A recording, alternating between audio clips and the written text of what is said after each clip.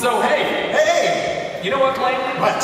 I'll tell you what. Please do. Being a hero is what Star Wars The Old Republic is all about. That's funny. I thought it was about choices that matter. No, in fact, that's nothing to do with our game. Okay. Yeah. So, next what we're going to show here is how each of the classes, whether you're playing solo or you're playing as a group, gets to experience the progression of a true hero's journey. We're going to show all 8 of the classes as we go through this presentation, but we're going to start off with the most archetypal, iconic ones, the Jedi Knight and the Jedi Consular. All right. And as hopefully all of you know by now, because I know you follow along on our website and watch the weekly updates, yes? Yes.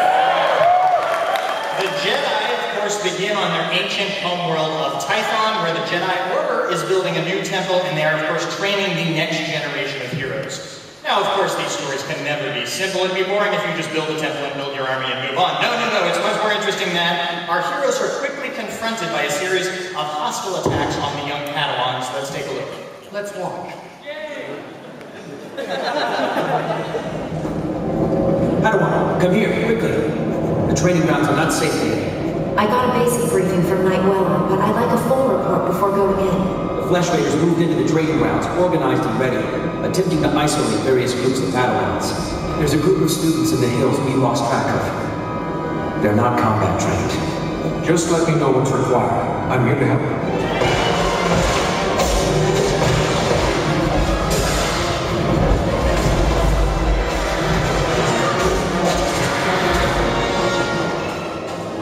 Good to see another Padawan alive out here. You're lucky those strangers haven't caught you yet. I've been searching for you. What happened out here? You then sent rescuers. We came seeking knowledge of the Jedi Code. The Flesh Raiders interrupted our trial. You want to help us? We could use you. Help make the Flesh Raiders pay. We're walking a dangerous path. You and your friends need to get back to camp while you still can. Well, right away, I think we get the idea that there's controversy among the Jedi, even how to react to difficult situations such as this one. And as players, of course, you get to decide where you stand on these matters by actively making choices that do indeed matter and change the course of the conversation. If someone is keeping track of the number of times we say choice during this presentation, I would like to actually know it at the end. So, it'd be good to know. Anyway, the thing is, I don't know if you noticed during the combat there that they were using training blades. You know, it would be kind of cool if at some point in my training as a Jedi, I was, sent into somewhere in the heart of Tython and was allowed to, wait for it, forge my lightsaber. Yeah!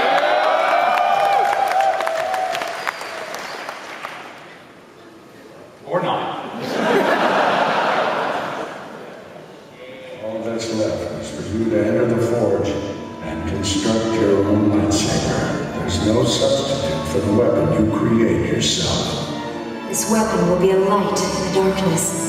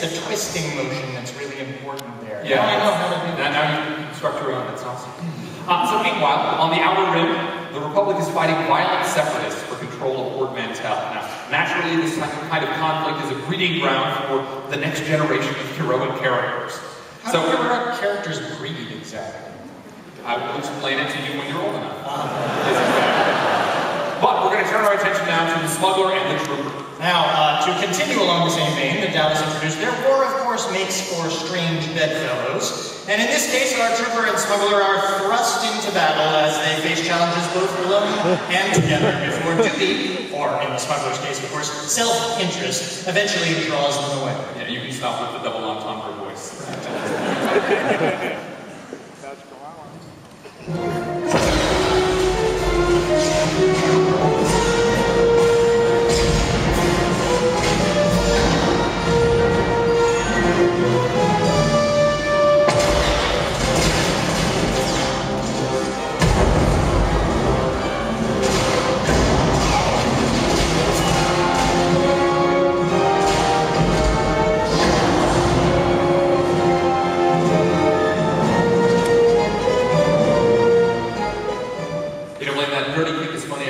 I know, it is always funny.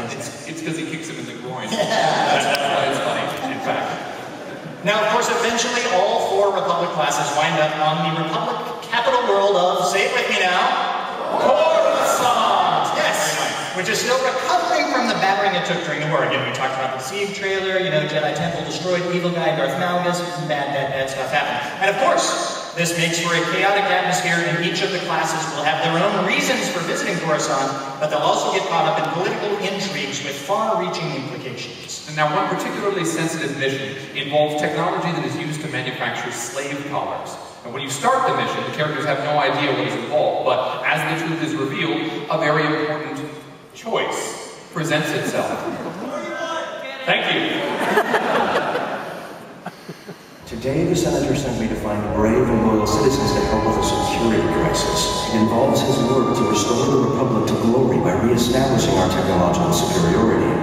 That's gotta cost some serious credits.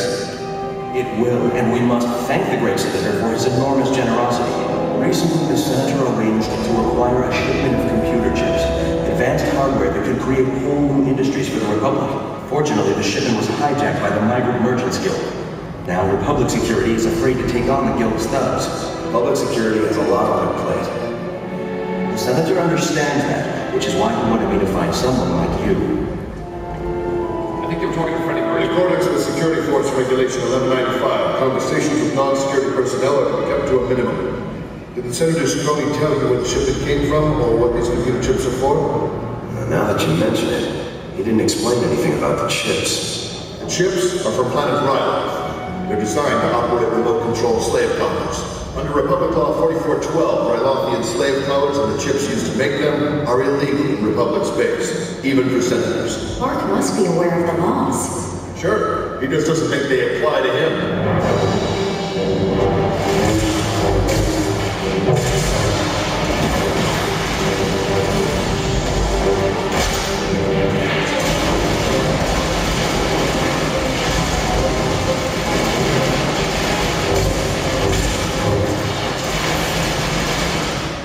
I'm Senator Park. Aramis told me he found someone to aid in our cause. I presume that brave citizen is you. Tell me, did you recover my shipment from the Migrant Merchants Guild? Those chips are very valuable. What are you planning to do with these chips? I assure you, my intentions serve the good of the Republic. Laws regulating slavery are holding the Republic back. The Sith Empire makes extensive use of slave labor, which is one of many factors that gives the Empire a military and economic advantage. The Republic was founded on democracy, not slavery. I'm not going to debate with you, Jedi. You have no right to impose your orders' quaint values on the Republic. I appreciate your help recovering my stolen property. If you give me my computer chips now, you can be on your way. These chips should be destroyed. You uptight moralist. It's people like you who are holding the Republic back. I would not give up the fight. Since when was Lenny Kravitz an uptight moralist?